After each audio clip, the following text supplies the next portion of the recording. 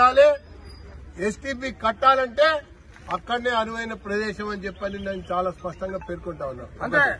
దాంతో పాటుగా ఇక్కడ రెక్కాడితే గాని డొక్కాడినటువంటి పేద మధ్య బీద ప్రజానికం అంతా కూడా ఇక్కడ ఉంటా ఉన్నారు.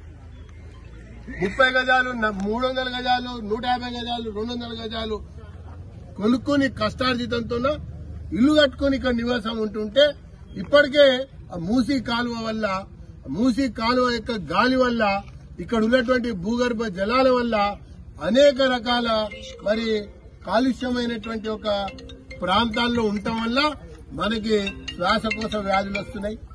దాంతోపాటు గిన్నెలు అన్ని నల్లగా మారుతున్నాయి, ఏసీలు ఖరాబ్ అవుతాయి, మిగతా మన ఊపిరితిత్తులు కూడా ఖరాబ్ అవుతాయి. అది ఒకవైపున. ఇంకొక వైపున మూసీ ప్రక్షాళన చేయాలి. మూసీ ప్రక్షాళన చేయాలంటే మార్గం ఇది కాదు.